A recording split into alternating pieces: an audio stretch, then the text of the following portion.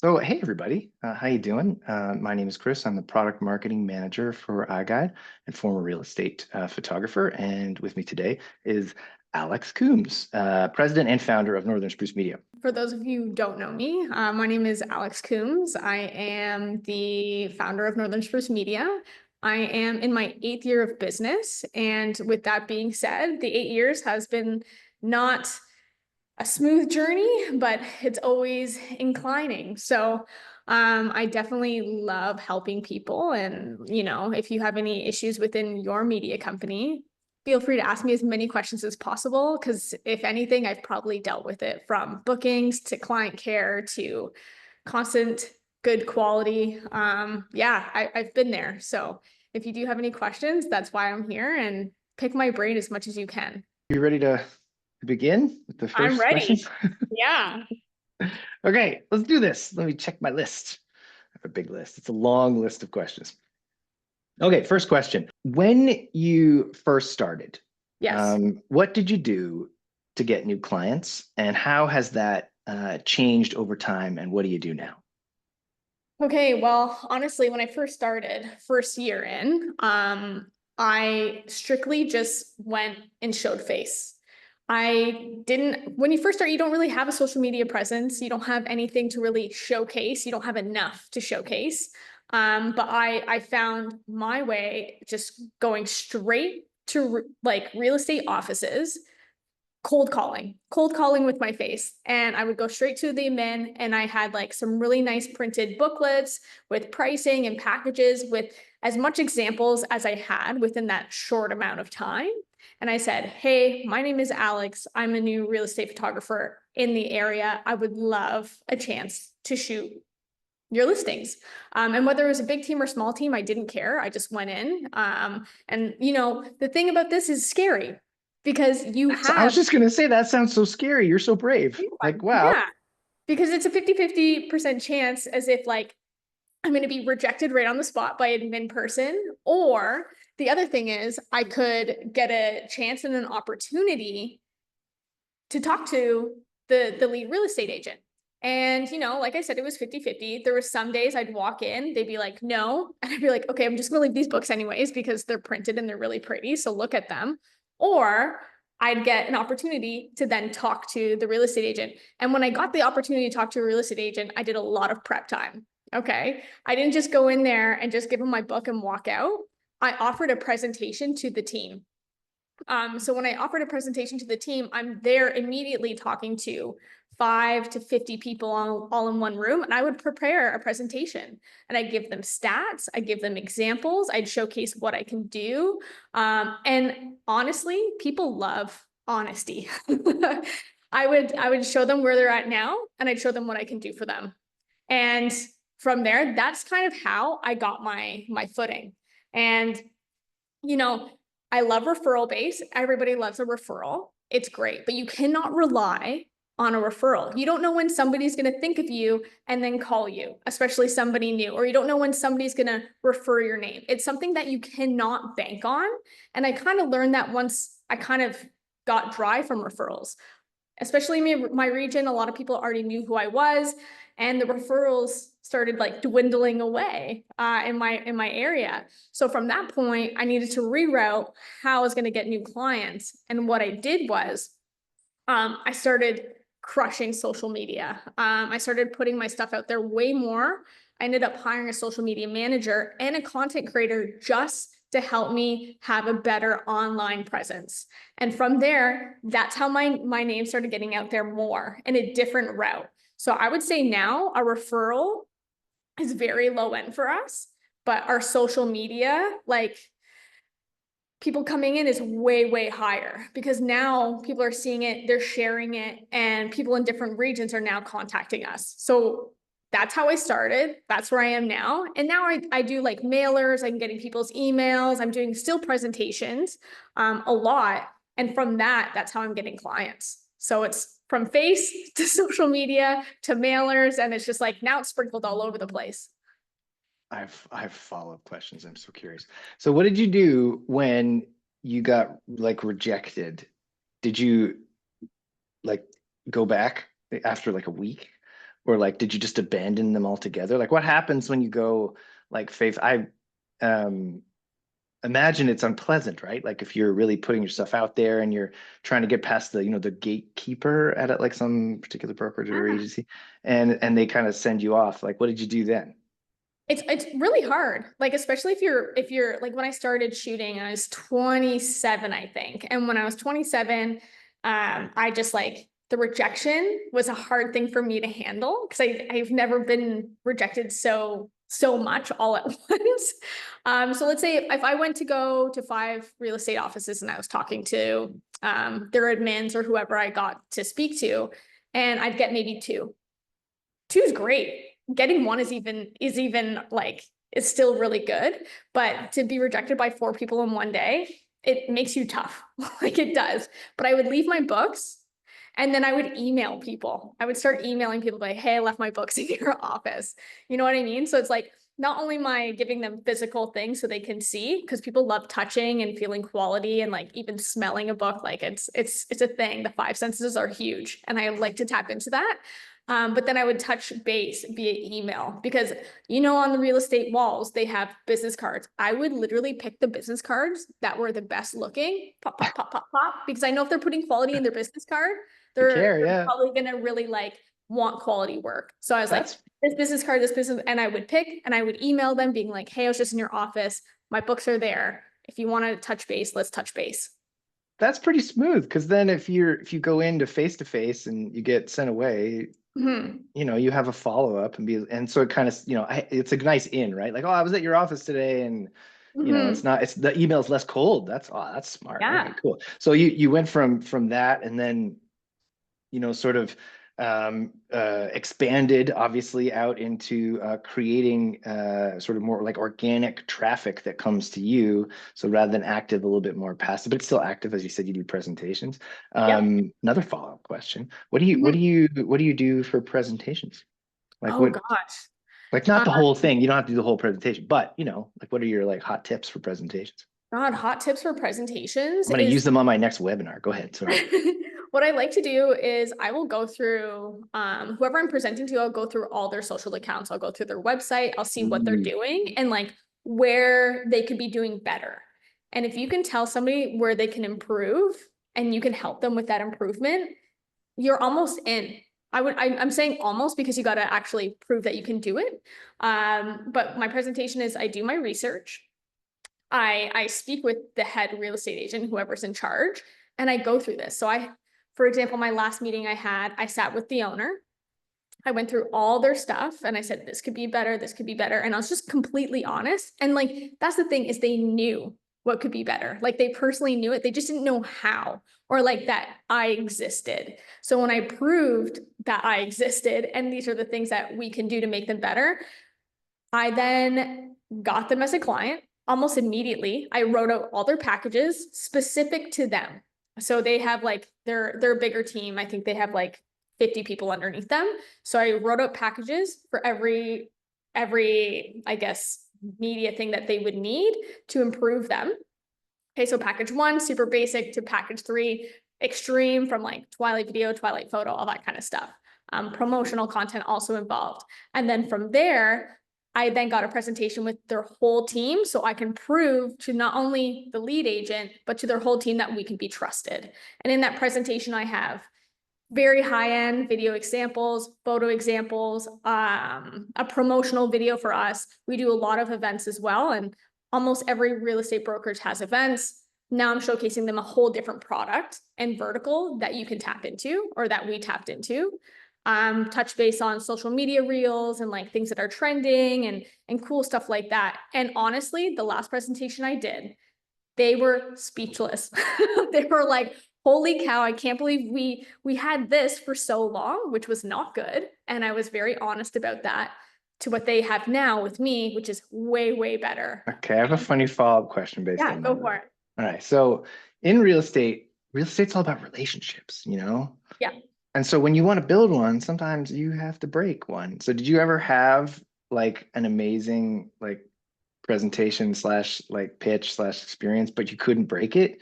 Where someone was like, nah, I have a guy, he does photos, it's okay. But you're like, but they're terrible. See? Did you ever have that happen? I've had it happen recently. But here's the thing, when the real estate agent knows they're terrible, they have a heart and they feel like they need to like honor this person no matter what. So for example, I have a recent client that just signed up with us for social media management.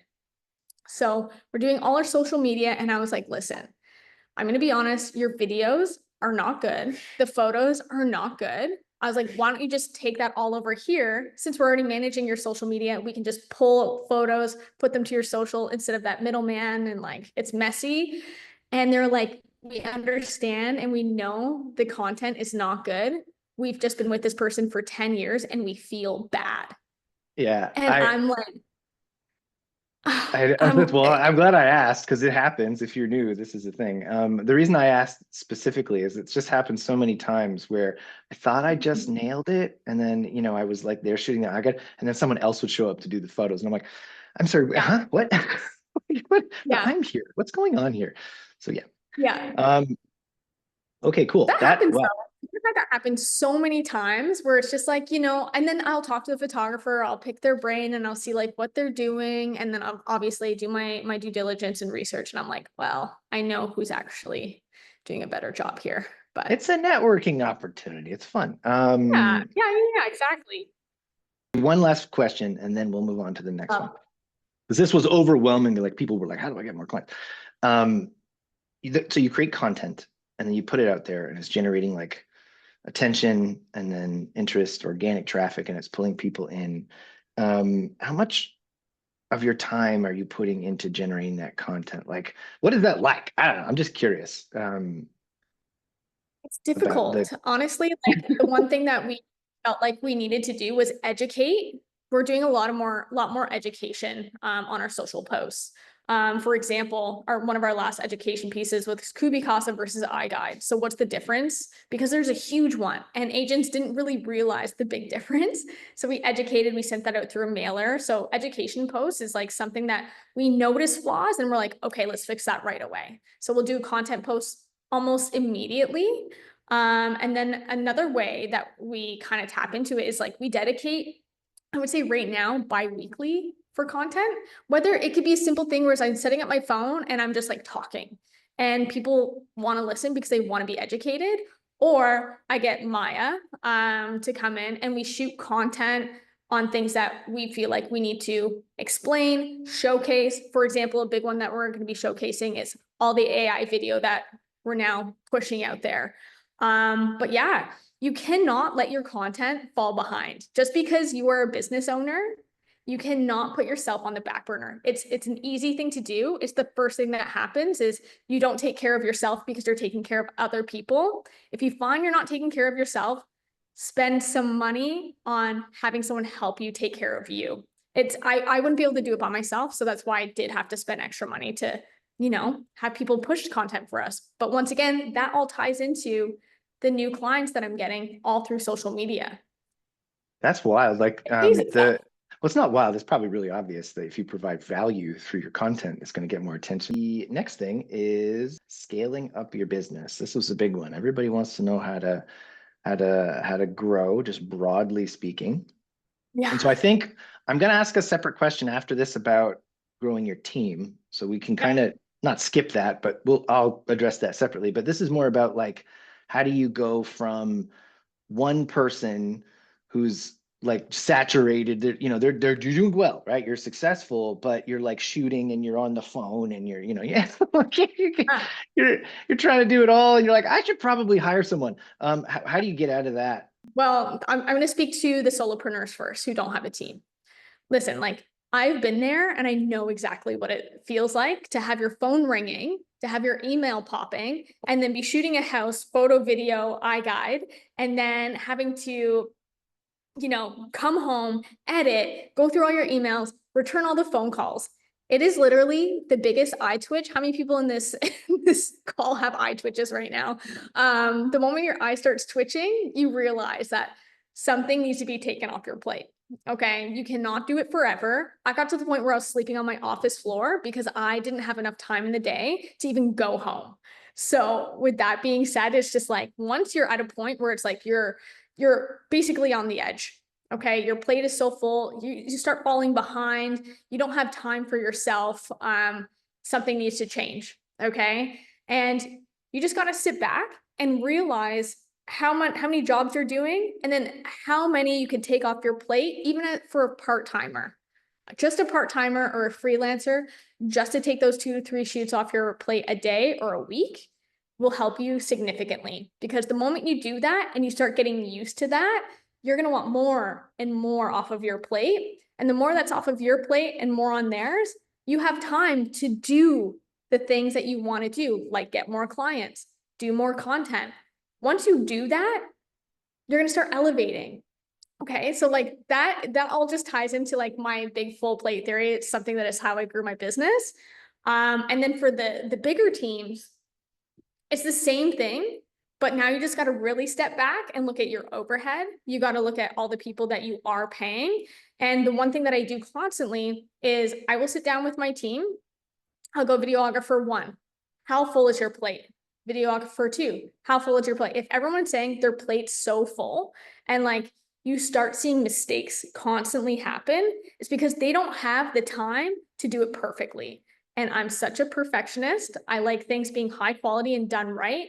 I hate when I have to do damage control. If I have to start doing damage control once, twice, 3 times a week, I'm doing something wrong. It's their plates being full. So then I add another part-timer and I empty some of the stuff off their plate onto the part-timer's plate. It not only allows them to have relief, but it allows them to do their job right. And then your employee's happy and they don't want to quit. Because once you have somebody quit, then you're really scrambling. And then you, as the business owner, has to start shooting a lot more again. And then you start going backwards. I have been there so many times. So just communicating to your team, being like, how full is your plate? I need full honesty. And how long has this been going on for? Because if it's been going on for too long, they're about to burn out. And then you're going to have to look for a full new videographer or photographer fully. You don't want your employees to hate where they work. Okay. So you really have to communicate and listen to them. Okay. Okay, I have a follow-up question. We actually covered this in the last webinar, but it's so good. What do you do when, whether you're solo or even when you have a team, when people expect you to show up? Here's the thing. You as an employer have to train your employees to shoot just like you. Of course, they get to have their own flair. They have their own personality. They are not going to be you, but you want to hire somebody who has a good attitude and who is going to follow suit for your business and your brand. If you have somebody that thinks that they can do it right their way, they should be having their own business. Okay. But for the most part, you really just have to train them well and then constantly be putting them out there to the clients so they can start getting used to them. They get used to their personality, the way they shoot, the trust builds, because at the end of the day, your clients trust you. And if they trust you, they're going to trust your employee. If your employee is shit, get rid of them because the trust is never going to be built. But yeah, it's at the point now is nobody requests me anymore because they know it's not going to happen. Straight up, it's just not going to happen. They just know. It is a big. If they get you though, are they like, wow? Like, is it like a big deal? You're a celebrity. If I show up, clients drop dead. It's just like, it's insane. I have to call the ambulance, but like it happens because sometimes people get sick and like I have to fill in wherever I need to, and that's fine. But when I do show up, whether I'm just doing a quality check on the shoot or I'm like, hey, how's it going? You're shooting with this person today. That's awesome. And I'm there, they get so excited. But other than that, like I don't really shoot unless it's a really important shoot. Like it hits home or something's really special about it, then I'll shoot it. Because that's the thing, I still love shooting, but at this point, I would say I'm pretty rusty now, but yeah. That's cool. So you take big risks at the beginning because you have to choose to, step out of your comfort zone, which seems to be a theme running throughout this about business growth. Go figure. And then at some point, you're going to have to hire people. You got to hire good people. Makes a lot of sense. I really like the monitor their workflow in terms of your employees and see if the quality of their work is good and then gauge their like happiness based on the quality of work. That's kind of cool. I don't think I've ever heard that before. That's neat. And then you need to grow if everyone's saturated and they're grinding because they're making mistakes. That makes a lot of sense. And then sorry, go on that. If you, for example, we had this issue this summer, like the summer was a bit slower, which was kind of a surprise, but not that big. But September, holy cow, we were consistently busy for so long. And I'm like, okay, to my bookings, my like office manager who handles all bookings, I was like, monitor this, because if this is consistent for 2 months, then we need to like hire people. But if it's just temporary, then we'll pull freelancers as much as we can to help out, or we'll reach out to other creators that shoot real estate. And I have a good trust with them that I know they're not going to steal my clients, or my clients are not going to leave for anybody but me. But with that being said, it's like you have to monitor these things, because you don't want burnout to happen at all. You have to really listen and pay attention to all things that are moving. But if it's just a week and you're like, hey team, like this week's going to be busy, it's going to be tough, you have to plow, and like it's going to be over soon, I promise, because there are slower weeks. I'm like, remember when it was slow and you guys were chilling a little bit? That's awesome. Now you got to work hard. There's a balance. Real estate is so unpredictable. We're going to come back to this, which is pretty cool. So, okay, so you already kind of addressed the sort of how you grow your team. Can you offer any other insights on like how to find the right people and how to keep them? God. Here's the thing. I think like hiring employees is harder than ever. We have been trying to hire like more freelancers recently. It is hard to find people who want to shoot real estate. It is extremely difficult. And I That think sounds weird. Like maybe my brain's stuck in 10 years ago, but like everything's like weekends and evenings, and real estate's like during the day. Like it should be like a cush job, right? that's what I think. I'm like, my goodness, like I think it's really not that bad. You get to drive around, you have all the gear that I provide anyways, and like You get to you eat have greasy flex. cheeseburgers in parking lots. Like it's Yeah. fun. What's wrong with that? But I feel like it's really hard, or like the younger generation doesn't understand. I don't know if they're not teaching it anymore, but like work ethic is really low. So once again, I just hire for attitude and people who are wanting to work. I can train people any way I want. It's not that difficult. Um, but I can't train attitude. So if somebody comes in here with a bad attitude, they're out of here almost immediately. But with that being said, it's just like we do job postings, but I find the biggest thing for us, the biggest pull is putting up job postings on Instagram. We get tons of people then applying. Doing things on Indeed and even sponsored ads on Indeed are really difficult. Still get just junk, and it takes so much time. The That's one cool. thing I've never heard that before. How does that work? You put up like an image ad and then they just like call, send your resume here or something like, Yeah, I mean, I yeah, guess they'd exactly. be really comfortable, or at least they should be able to snoop on you because it's Instagram and they could go look at all your stuff, right? Well, exactly. And that's the thing. It's like people who are following us, whether they're shooters or real estate agents, the shooters are following us because they like what we do. So they see this, they're like, oh my God, they're hiring. They send an email directly to us with their portfolio. Perfect. Whereas Indeed, you really have to sit through, go through all this stuff. And I'm like, oh my God, this is taking so much time. The next thing I'm going to do for sure is hire a recruiter through LinkedIn. I'm going to try that next, because our Okay. last round took so long. And then they'll apply, they think they want to do it. And then in a month after training and taking so much time and costing so much money, then they bail. And it's like, Yeah. it sucks, but that's just the name of the game. And it's I have really a difficult. I have a follow-up question on the Instagram, and I'm just lobbing this softball to you. Yeah. Because I feel like this probably has happened. Do you ever have people who are like apply and they're like, "Oh my God, I love your work. I've been wanting to work with you and I've been waiting and finally now I feel like I'm ready and can I work with you because I've seen what you do and it's amazing and I want to be part of that." Is that a thing? It's a thing. It's Yeah. definitely. So the one thing that I do, this is actually key. I think this would be key for anybody that's growing their team, is get people to send their portfolio. And we go through it and we're like, okay, could use some work, but has the potential. And there's people that are just like completely done, or there's somebody that's so good and you're like, why? I like, why? The job market's not that great right now. So I get the why at this point. But with that being said, I rent out an Airbnb and I pick my top 5 to 10 people, and we train them for a full day, from like shooting photos, videos, iGUIDE, and Twilight, and drone. So we have all these people, we have our leads also in the house, and they go around and they're training. We give them a full book. And here's the thing, they can take the book and basically learn all our tricks from it, which is fine, but whatever. But yeah, so then from there, we get to see how their attitude is for 8 hours of learning. We get to see their actual skill set. And then we get to see like how they are working with other people by listening. Like how good are they actually listening? And from there, like let's say I do 10 people, I maybe pick 2 to 3, maybe. It makes a lot of sense. It's That's good because you get because to see you, real life rather than, bring them oh, to for sure. front of a client and it could be like terrible. And it's like, I've made that mistake before.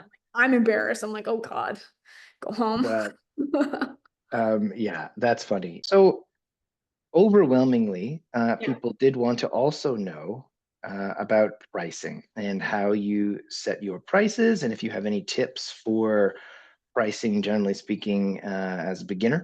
How do you figure out what to charge, and then later on down the line, how do you deal with price increases and all that stuff. Okay, I'm just gonna start with price increases because I think it's the big. It's the big one because it's the end of the year. Yeah, go It's for just it. like every single year, whether you have a Netflix subscription, a Prime subscription, it goes up, whether it's pennies or dollars. Okay. You always need to raise your prices because year after year, as you grow, you're growing something, whether your subscriptions are costing more money, whether your overhead, like your office costs more money, whether your employees get raises, whether you're starting to offer benefits. You need to raise your prices to adapt to not only the economy, but for your actual business. Don't sell yourself short. I feel like I did it for so long where it's like, oh, the real estate, they're so nice. They're so nice sometimes, but like when they're unhappy, they're really unhappy. And then you get to see their true colors. Okay. So do not cut yourself short because the biggest thing too, guys, is that you're also cutting everybody in your area short. So I always wanted to like sit down with every real estate media company around me and be like, let's meet, let's discuss prices, and let's make it a standard across the board. Okay. Now I do think there's a standard between somebody who's just starting price wise and somebody like on my level or even higher than me. If you're just starting, what do you feel like your talent is? What are your costs to go shoot a house? What is the gear that you're using? And what is your editing time like? Are you using subscriptions? So make sure you're not making $5 per shoot after all the time and subscriptions and all that kind of stuff. Make sure you're making a decent amount of profit at the end of the day. You don't want to weigh yourself down for nothing. This is something that you're growing. And the people who are hiring you already value you and see something in you. So you need to remember that. That is a big thing. Now, if you're 2 to 3 years in, make sure you start once again raising those prices every single year because every single year you're in business, you're getting better, you're growing, your clients are growing. You don't think your clients raise their prices? They definitely do. Okay. If they have overhead, that's part of their cost for their clients. And they will adapt to your pricing. So if your price goes up, they're like, okay, now I got to raise my percentage a little bit higher to make up for that, especially if they value you and they trust you. So I would say that's my biggest thing. If you're just starting, look around, do your research of other real estate media companies around you. What are they charging? And, if they don't have their prices up, I do. Like, I'm not afraid to share my prices. I don't know why people are. Just reach out to them being like, hey, I'm a new real estate photographer in the industry. Like, I don't want to sell you short or like me short. Do you mind sitting down and like talking to me about pricing a little bit? I mean, some people would say absolutely not, but some people will say yes. I would be the type of person that says yes because I want to help people. And I'm not afraid of my competition either. I want to see everyone be successful, but it takes different types of businesses to do different types of things. So you cannot be afraid of your competition either.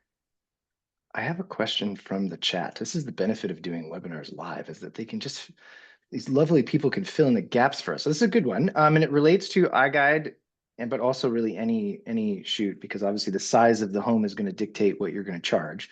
So the question, I'm not going to read the whole thing, but Johan asks, how do you charge when, or what do you do rather when the size of the house or the square footage is significantly greater than what was told to you? And that happens quite frequently with iGUIDEs because billable area is like the basement, main floor, second floor, it's every level, whereas reported square footage is often just above grade. And so sometimes they differ by like a significant amount. So what do you do when, an agent says it's 2,000, but then you show up and you do all this stuff and it's 3,000?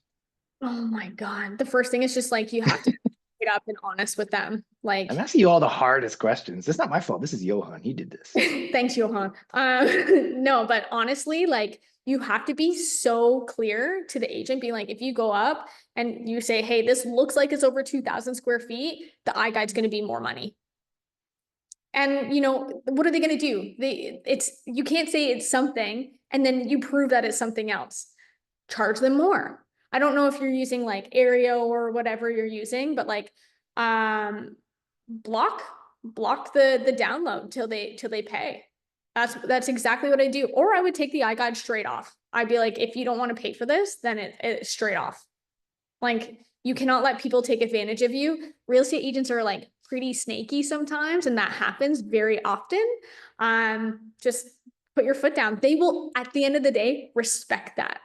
There's not a chance anybody takes advantage of us anymore. But it has happened because you try to bend and then they know that you're going to bend, so they'll keep bending you.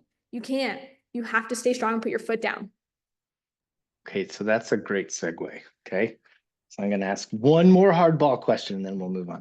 What do you do when you have an group of agents or brokerage who wants a deal? They want a deal. I love that. So the first question I ask people, so if people are reaching out to us being like, hey, Alex, we really want to work for Northern Spruce, can we have a deal? I'd be like, okay, let's have a meeting, a quick discovery call, 15 minutes maybe, whether it's in person or just online. I usually go in person if it's super serious. But if it's a discovery call, I will be like, so how many listings do you do a year? 10? Okay, cool, you're not getting a deal. Like straight up. I'd be like, okay, how many agents do you have? You have 10 agents? Okay, so how many deals are you actually doing? We'll do over 50. Okay, can I see your numbers from last year? How many houses did you do? And what is your perception for next year? Because if you're growing, I'm going to grow with you. So I'm not going to give you a deal if you're stagnant and you don't have that motivation to grow. Because if you grow, that means I might have to have another person on my team to make up for your growth alone. So that's this straight up question I ask is, how many people are on your team? How many listings did you do last year? How many have you done so far this year? And what do you think you're going to do next year? Then you can have the actual numbers written down. And then make it from there. I don't really give anybody a deal unless they do over 50 listings a year. Yeah. And then I give really good deals for people who have like, my biggest client right now has about 80 agents underneath him. So with that being said, he gets I wouldn't say a really good deal because I'm never going to cut myself short, but he gets a deal.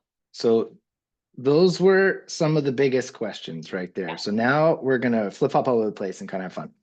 Cool. So we could talk for like hours just about this, but you have any hot takes on like AI and like where things are going? Is it working for you? Is it not? What do you think? So here's the thing. I'm sure almost half the people in this group felt the same anxiety I felt. When you're scrolling on social media and you see a media company doing something that is outstanding, something that like you didn't even know existed, but they're doing it. So they're getting a different amount of clients, or like now they're getting a bunch of new clients and that's what you want. Doing your research is super key. Do not jump the gun on doing something unless you are ready. Okay. So for example, you see all these people fucking having houses drop from the sky and it's just so ridiculous and it makes no sense. Like, or like houses exploding. Like, why? It's nonsense. It was cool for like maybe 5 minutes. Now I think it's ridiculous. I will never blow up a house.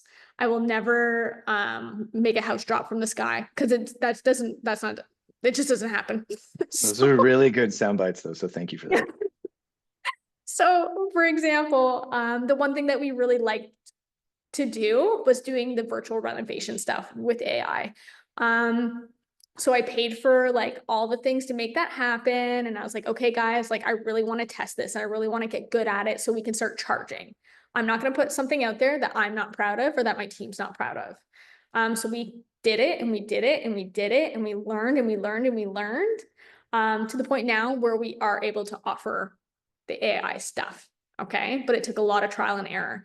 But the hard thing that I'm finding right now, and I haven't figured out yet fully, is the pricing. Because with the AI, I'm finding that, and if anybody also wants to give me advice, but prompting costs money. So for example, we just shot this really nice cottage in Halliburton, Ontario, and it was empty. No staging, nothing. And the basement was gutted. So it was like, okay, can we have a dock renovation out there? Can we have furniture coming in and like it looking like it's there? Can we take the basement that's empty and do a full renovation? And it's like, yeah, we can do that, but I made up a number to charge on an hourly, kind of an hourly thing. And it was priced decently because I didn't want to burn myself. The agent said, yes, let's go for it. We did it and we ran out of credits with prompts, like legit ran out of credits. I had to buy credits for prompts because it was just so difficult. Yeah. So now we're learning how to prompt properly and we're really educating ourselves on the AI stuff. It's a tricky thing. I'm not an expert at it yet, and neither is my team, but we're good enough that we're charging right now between 150 to 200 per clip. And we're getting the agent to allow us to know what the prompt is going to be. Help us with the prompt so we can make that happen. Give us your visuals so we can make that happen. Otherwise, if we prompt something and we give it to them and they're like, that sucks, we're gonna be like, okay, back to the drawing board. So letting them take control of it a little bit relieves time for you and then shows them what their prompt actually looks like. That was That's a the, yeah, really, that was elaborate. that was a good answer though. That's a cool, I've never heard that before. Let the agent kind of have a go at like doing the prompts. That's kind of neat. But yeah, that whole system is meant to just pull the money out of you. Yeah. Okay, that was a good one. We're going to keep cruising because we're going to run out of time. This one's really good. I like this question a lot. What do you do, or how do you feel, or how do you deal with the seasonality that is naturally baked into real estate? So mostly that's like, what do you do in the slower seasons, generally speaking, in like December? So for the solos, best thing is just to hide as much money as possible so you can get through the winter. Good thing is that you don't have other people to take care of. For the people like me, where you have a team and you need to make sure, everybody has food on the dinner table at night and you're not selling everybody short. It's a difficult thing. And I've been there. It got to the point where a slow season was like beyond slow. And our full plate became empty. And it was like terrifying. For the first time ever, and this was, I think, 3 or 4 years ago, I had to lay people off. And I only laid them off for about a month, but it was like such a drastic thing for me. And it was so scary. And I felt like a huge failure and it sucked. So I laid off all these people. And I was like, well, what am I going to do? Like, I need new avenues to make up for like if there's no houses. So I created different verticals. And this is an odd thing, guys. So I laid off a bunch of employees, like shooters, but then I hired a social media manager and a content creator. So with whatever money I was saving by laying them off for the month and a half, I hired these people and I started creating the content for social media. And that's how I was getting new clients. I sat down, I started creating new verticals. Okay. So since I hired a content creator and a social media manager, I offered not only that service for me to better myself, but I started offering it to clients. Okay. So their salary was being paid from services that my clients was also paying for, social media management, content creation. I started offering like graphic design. What else did we, digital marketing, is a new one that we started offering, but like I needed different verticals to make up for that slow season. So no matter what, even if we're slow, we're going to be okay. And it took a weight off. I have not had that situation ever happen again. And the biggest thing that I did, this is huge, and this is for all the big business owners that have like a huge plate. I started doing subscription-based work for larger teams. And the moment I did that, I knew money was always going to come in. So I did subscription-based for real estate agents for houses. So no matter what time of year, it's always going to be the same amount of money. If they have one house a month, whether they have 500 houses a month, it will weigh itself out and even itself out. And then I have subscription-based for social media clients and content creation. So I constantly, like Netflix, like all the subscriptions that we pay for that we don't want to pay for, we constantly have money coming in and we're good. If we're at our lowest low, we're still going to be good due to the subscription. And that's the way I figured it out. That's a pretty good answer. All right. Yeah. Okay. So this is like it's not necessarily my final question, but if it is the final one, that's okay. You've been doing this for a while, and you've got a lot of experience.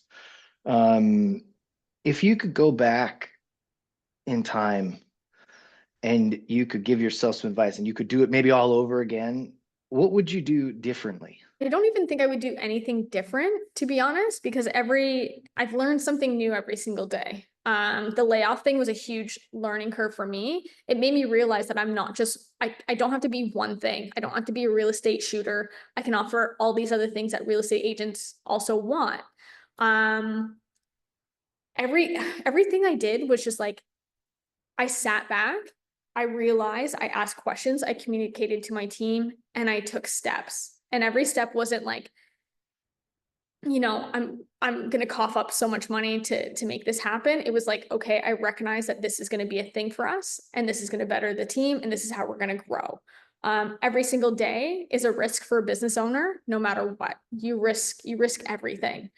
So that's the difference between a freelancer and business owners. Is like, I said this yesterday to somebody, was my videographers, if they wanted to, they can go off and own their own business. But will it be successful? I don't think so, because there's a difference between somebody who wants to do a 9 to 5. They're normal human beings, they're normal human beings. People who are business owners, entrepreneurs, we're fucking crazy. Like, I could never do a 9 to 5 because I'm way too crazy. I would go crazy being a 9 to 5 person. Okay. So I need to put my energy somewhere else. But to say the least, like, I don't think I would do anything different at all. Like, in the areas that I failed at, I succeeded in afterwards. I always wanted to recognize where I could grow, and I did that. I have an amazing team. You know what? I'm gonna change this. The only thing that I would do differently The drama, a pivot at the last second. Okay, go for it. So the only thing that I would do differently that I really fucked up on was, when I first started my business, I was hiring videographers who thought they were like Steven Spielberg. I was like, oh man, this person's amazing. They're great. And that was the problem, was I couldn't train them to shoot like me and for my brand. They wanted to shoot for them and for their own brand. So I spent a lot of money hiring Steven Spielbergs of real estate rather than hiring somebody who's, fresh or has a good attitude. Do not hire somebody for their talent. Hire somebody for their attitude. And someone for your attitude will also stick with you for so long because they want to be part of your growth. Somebody like Steven Spielberg is always going to go do his own thing because he has his own vision. So that was something that, like, it was a huge pivotal point for me in my business when I realized that. That does make sense. There are a lot of creative people, and sometimes they have a vision, and if it doesn't match your vision, then, Yeah. Okay, I'm going to ask another question. It is sort of an obligatory technology question. In the past, you must have been probably doing still photos and thought to yourself, all right, what's next? Because there's drone, there's video, there's, floor plans. Like, what, where did you go? What did you do? How did that work out? What was your technology path like? Yeah. So I mean, when I first started, there was, this is funny. I think I'm funny. When I first started, there was You're funny. not many, yeah, there was not many real estate shooters out there. There was like maybe a small handful, So when I started, I was like, oh man, my competition is nothing. Like, I know I'm going to come in and I can shoot houses way better. I can do video way better. I know how to fly drones, kind of. I'm going to figure it out, and I'm going to do way better. So that was easy. Okay. But now the problem is that there's real estate shooters on every corner, whether like it's a Tim Hortons or weed shops. Like, they're on every single corner. Like, you can just look over your shoulder, and I guarantee the person beside you has probably shot real estate or is going to in the next year. Like, it's just a thing now. Everybody does it. They think it's simple, but it's not. So to answer your question, I started off kind of doing everything. Doing the 3D tours was a huge point for me where I was like, okay, now I can do something cool and different. So that was my next path. But the biggest thing for us now is AI and staying up with the trends. It's almost like my next hire should be somebody who is just paying attention to the industry and giving us all these ideas and like, you know, this is cool now. This is how we're going to do this, and just do research. But yeah, I think scrolling on Instagram is huge. Doing research that way. We have like an inspo group on Instagram with me and my team. And if we see something cool happening in Australia, US, wherever here around the corner, like we share that and we're like, okay, let's try this out. This is really cool and unique. So paying attention to other creators is probably the best thing to do. And then reaching out to them. I think at this point, almost everybody's super friendly and wants to help people out, because if they need help with a shoot, you're willing to do that for them. And if you need help with shoot, they're willing to do that for you. So yeah. Be honest. If you could have adopted iGUIDE sooner, would you have? Absolutely. Hands down. Those are good people, or is the product good as well?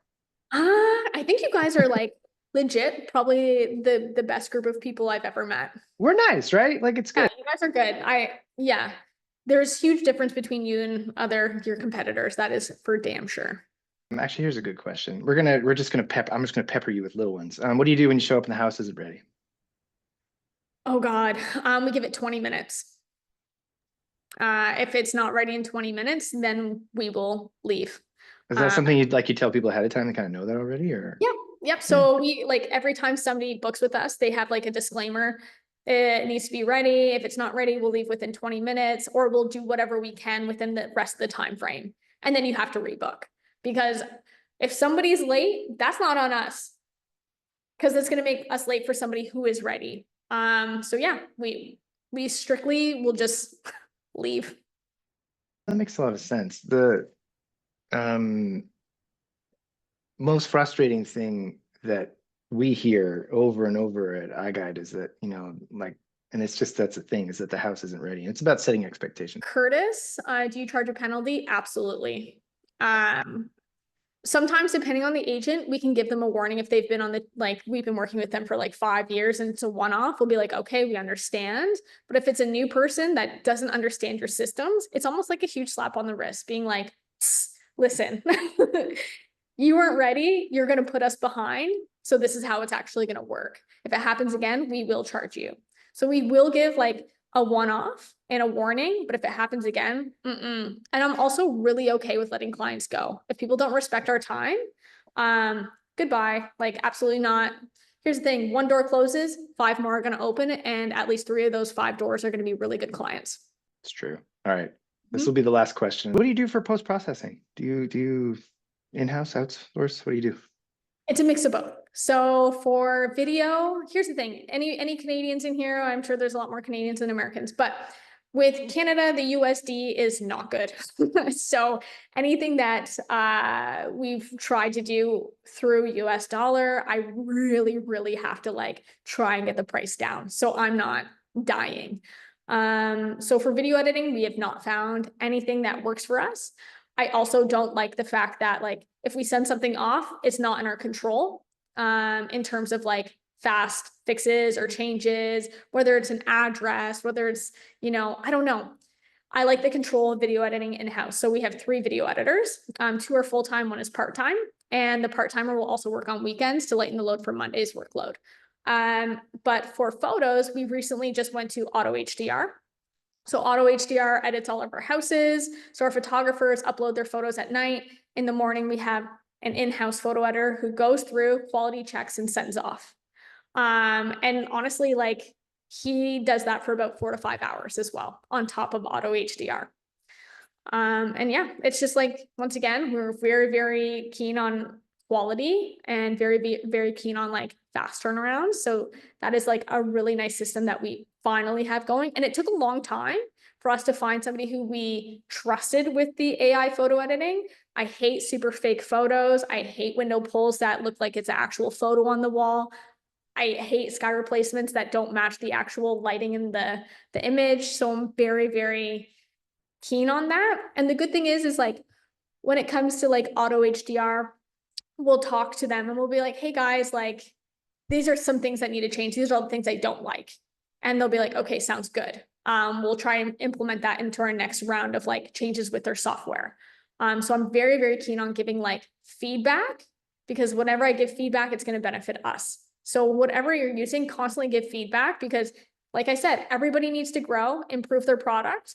And if their product is a reflection of your product, then yeah, it's very important.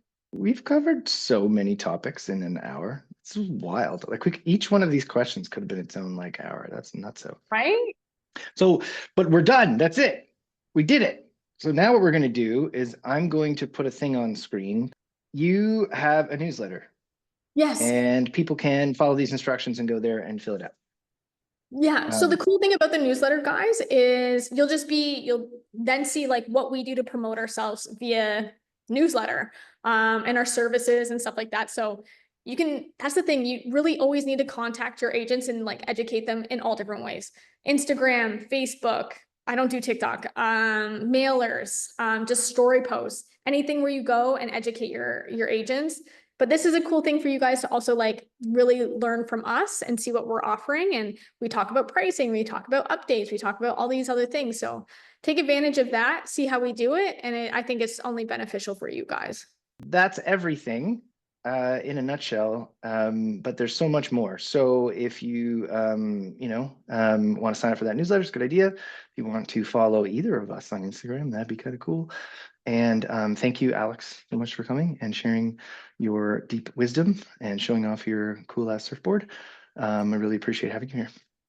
Thank you so much, guys. This is awesome. If anybody has any questions, feel free to reach out. I obviously love talking about this stuff and helping people. So very into that.